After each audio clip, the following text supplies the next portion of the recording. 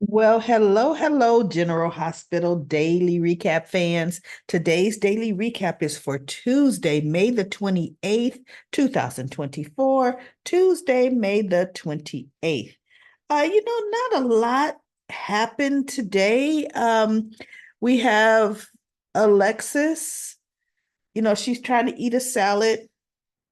Probably she's still in the same town as the hearing because Fergus rudely intrudes when he walked up to her and he said something about fancy, wait, what are you doing here? And she's like, and she was reading a book and she looked up at him, not as if I must answer you, but she just looked up at him and she's like trying to eat a salad in peace. So keep it moving. she like we don't act like you don't even know me, see me, get to stepping buddy, right? Do you know that son of a gun sits his behind down and she just looks at him and he proceeds to just be rude, and Alexis is firing right back at him saying, you think you would have done more research on your, Ava Jerome and her motives. And he point blank said none of that really mattered to him.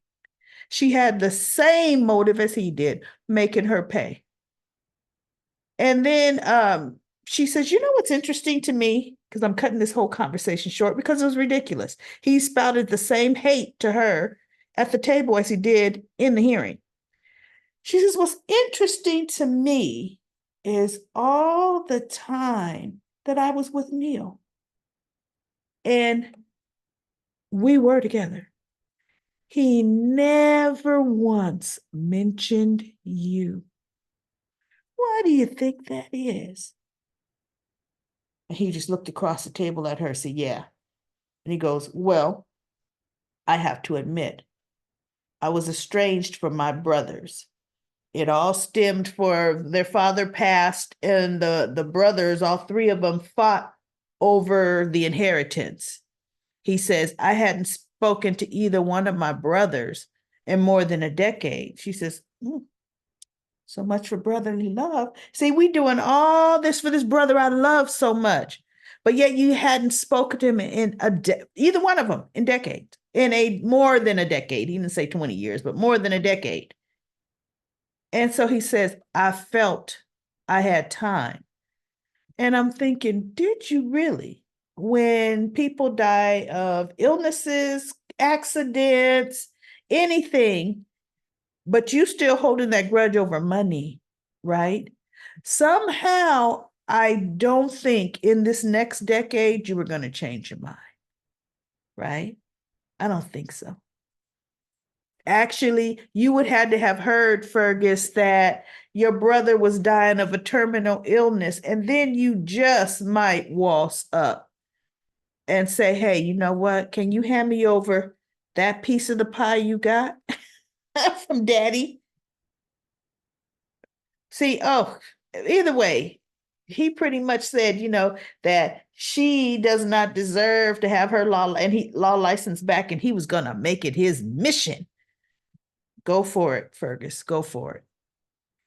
So Alexis picks up the phone to call Gregory, and the phone rings, and Brooklyn's like, whose ringer is that? And he goes, it must be my dad's phone. I took it from Finn's house. So he goes and he looks at it, he goes, it's Alexis. And Brooklyn's like, she doesn't know yet. She's like, quick, Chase, pick it up before it goes to voicemail. So unfortunately, Chase tells her, we don't hear him tell her. He just says, I have something I have to tell you. And all the camera is on is Alexis's expression. And you know what? I kind of got a little teary eyed with Alexis's expression. She was trying to hold it together, but Gregory meant a whole lot to her. And then when she hung up the phone, she took that medallion out of her pocket that he gave her for good luck, and she was holding on to it for dear life, and just her eyes were closed. And I was like, ooh, Alexis, don't hit the bottom.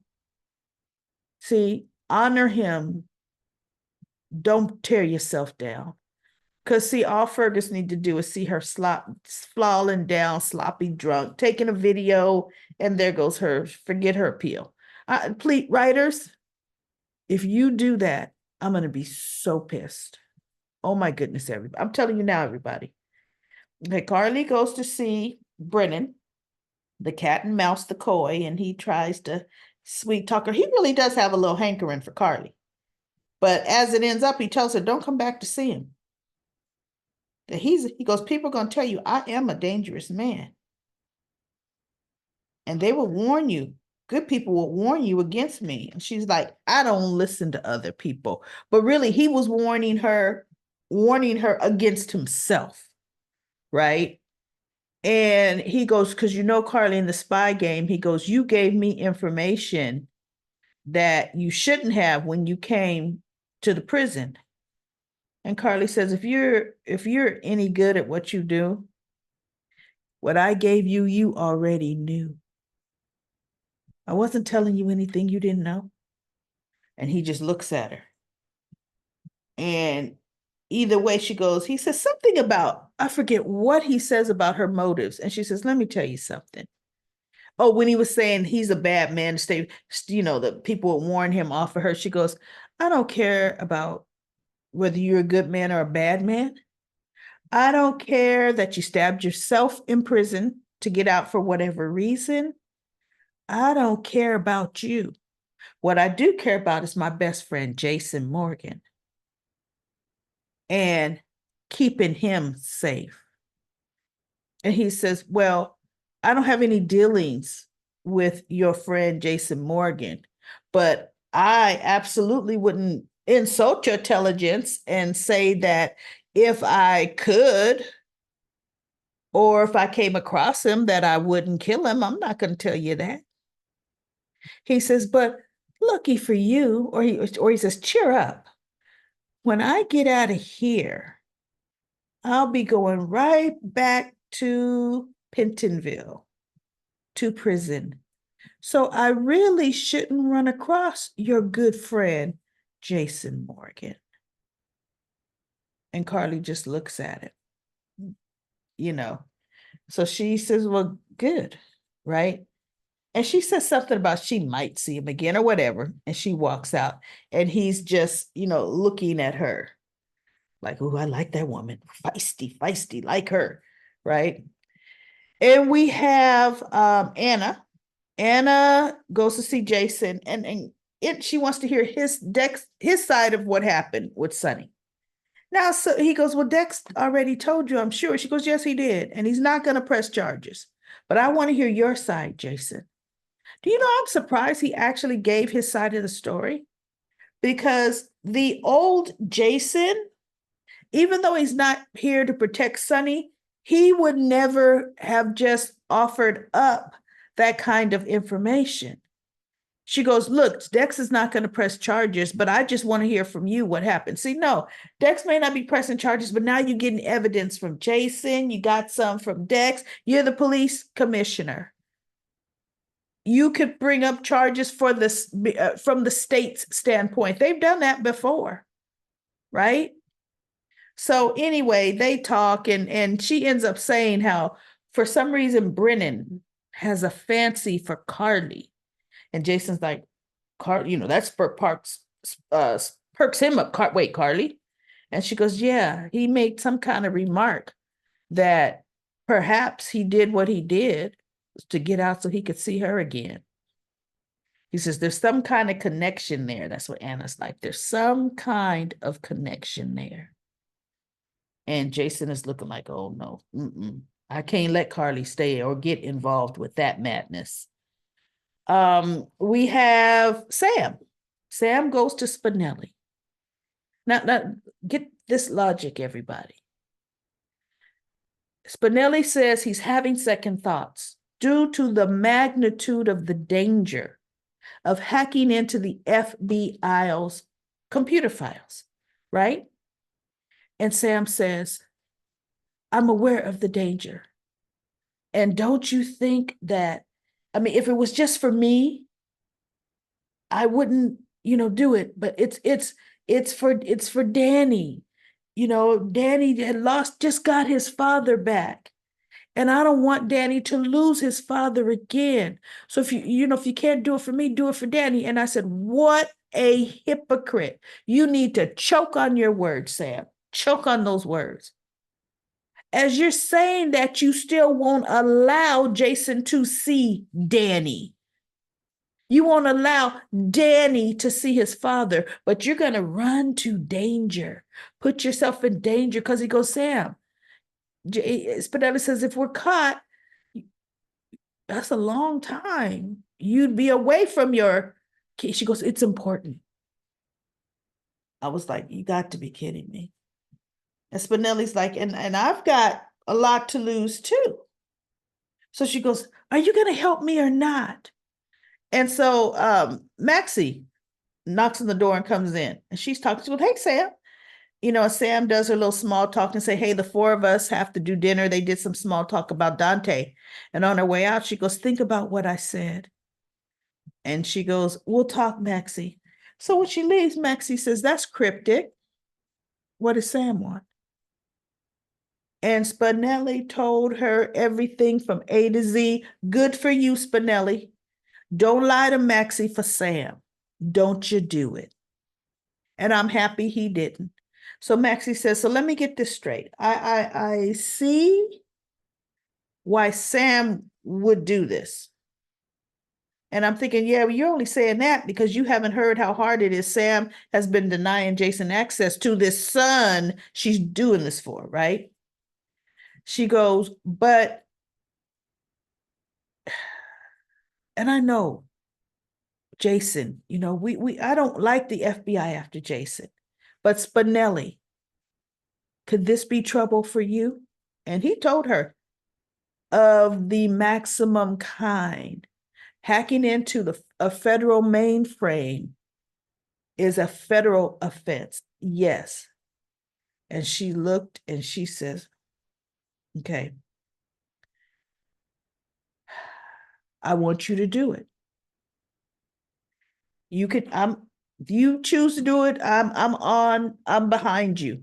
She says, but Spinelli, don't get caught. If you get a whiff that the FBI is on to you, you abort the mission. You promised me that. Do not, whatever you do not get caught. And he says, okay, I won't. And I'm thinking, well, heck, that's a promise you can't keep, right? How you gonna keep that promise? He got busted with the drone, right? Kate's came right to his place there with Ava. Spinelli, you better have changed all those IP addresses because they know where your little mode of operation is. Oh, I don't know. There better not be disaster for Spinelli. There just better not be, because I'm going to be too doggone pissed if there is. Sincerely, everybody, too pissed. So that is it, everybody. That's it for my daily recap of General Hospital. I'll be back tomorrow with another daily recap. Now let's go to Comment Corner. Comment Corner. I'm actually going to be able to read some of this. Let's go from the bottom and we're going to go to the top. But before I do that, I want to give my quick Amazon plug blurb. Please go to my Amazon storefront and check out either my product corner or my grandmom's corner. And of course, as an Amazon affiliate, I do earn from qualifying products. We've got some great baby products. And I'm telling you, I'm trying them out right now on the little man, the little prince of the family. And I am going to start share a video of what we're really falling in love with. So if you're a grandma, your mom, you need to give a baby shower gift, please check out my YouTube channel. The link to that, not YouTube channel, you're on my YouTube channel, my Amazon storefront, the link to it is in this video description. So with Comment Corner, let's go to Ron. Ron says, Elizabeth is a snitch and Portia will turn this against Finn to perform his duties, but could lead to more problems. Well, she is going to be watching him like a hawk, and he's going to blow up at Elizabeth as he should. IM says this is why for them to push Elizabeth back. Oh, they want to push her back in Jason's radar. Jason ain't thinking about no doggone Elizabeth. Diane says to IM, only to dump her again for Carly. That's right. That works for me. Elizabeth is pathetic and always will be. Yikes, Diane. And then we have Diane also says Elizabeth writes the book on secrets. Then when it comes to someone else, she's ready to throw them under the bus. This is why I can't stand this woman. Finn's career is now on the line, as if he didn't have enough to deal with his father's passing. When Finn finds out about Elizabeth's betrayal, I'm looking forward to him dumping her on the side of the road with the rest of the trash. Woo, Diane, man, good riddance. And then DB says she went straight to Finn's boss, and this man already is headed to AA. I know. Drinking Finn is way more interesting than humdrum Finn. But he needs to take care of Violet. So I'm happy he will stop. And the thing is, remember, Finn just got over having to have Portia or Terry Randolph sign off on all his work. And now look at what Elizabeth did. IM says, yep, Finn followed her stupid advice to hide Faison's son's body. I can't remember his name. Peter August. His name was Peter August. And look how stressed yet protective of her. Liz is no epiphany. IM says, let's not forget the truth only applies to others. Portia, she wrecks my nerves too. Both hypocrites. Yes, indeed. I agree with all y'all. I definitely agree with that. And then Wendy says, I don't know why Liz told Portia about Finn. Portia's just like Ava as far as I'm concerned. And Elizabeth is not my favorite. He'll be done with her, not a problem, because they are super boring as a couple anyway. I know. P. Merle says, right of all people to confide in, Finn's co-chief of staff, Portia is just like the police, just like the popo. uh, she's full of fake sentiment. I hope this doesn't come back to bite them. And then Randick says, congratulations on your new grandson. Thank you. He's a beautiful addition to your family. Oh my goodness, yes. And I'm so tired. I'm so tired, everybody. My shift every morning is 7 a.m. to about 2. I go over to my daughter's house and I help them and yada, yada, yada. Anyway, Sandy says, love Tracy's scene with Stella. Gregory was so good for her. I hope she stays this way. I never I never make a mistake. Elizabeth just had to tell Portia about Finn's drinking. Filthy Fergus has always gotten on my last nerve. I hope he isn't staying. No, I hope he's not staying either. I don't want to see that character. IM says GH will have Fergie Alexis love interest. No, they won't. And then Sandy says, oh no. And Annette says, do you think they're getting rid of Ava now? They're not getting rid of no Ava. Brenda says, thank you for your time. We appreciate all you do. You have a great weekend. God bless you and your new addition. Hope your family's doing well. Thank you so much, Brenda. Yes, they are. Judy says, again, these new writers are making everybody crazy doing things they wouldn't normally do. Liz has no right to criticize, and she was hiding me out for all that time, taking care of her. You mean Finn took care of her? That's what you mean. I mean, seriously, all these people that are so holier than now, all of a sudden the lady forgets the past. Yes, they do.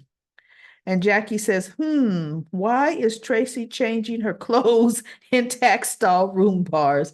I know they just needed her not to go back to the house to change so that she wouldn't talk to nobody. And then Lucy says, sweet surprise, a bundle of love, the joy for a 10-year wedding anniversary. Congratulations on your $1 million family. Well, thank you so much, Lucy. Thank you. Tres, Trdresure. I can't even pronounce that right. Elizabeth told Portia because they're good friends, but she's also their boss. Sounds like Elizabeth forgot the boss thing, not smart. Exactly. Exactly. Patty Forever says, I'm lukewarm on Cody, so I would have preferred the scene between Tracy and Chase, which we got to see today. You know what? I forgot to mention that. Tracy came. She was real sweet. She talked to Chase, brought them a real expensive bottle of wine. Really tender scene. Tracy talked to Chase about Gregory. I also think people are being too harsh on Elizabeth. Yeah, she told, but it's just good TV. Well, I know. When we say we can't stand Elizabeth, we could care. We're not talking about Rebecca Hurst herself, right? Nakisha says Liz's ego got crushed when Finn kicked her out. He didn't need her comfort. So the next thing she does is blab to Portia about Finn's drinking, which she sees him do once. Which she sees him only do once. Yeah. Now it's protecting someone you love. Now that's protecting somebody you love. Finn would never have confided her business to someone, especially a colleague. I hope he kicks her out permanently. No, he wouldn't. He's kept so many of Elizabeth's secrets, right? And then Liz says Cody did not want to be the one telling Tracy that Gregory passed. No, he did not. And I'm kind of sad that they wrote it that way. All right, everybody, that is it. Time is up on Comment Corner. Actually, it felt good to read some of your comments and get back to it. So I'll be back tomorrow with another daily recap of General Hospital.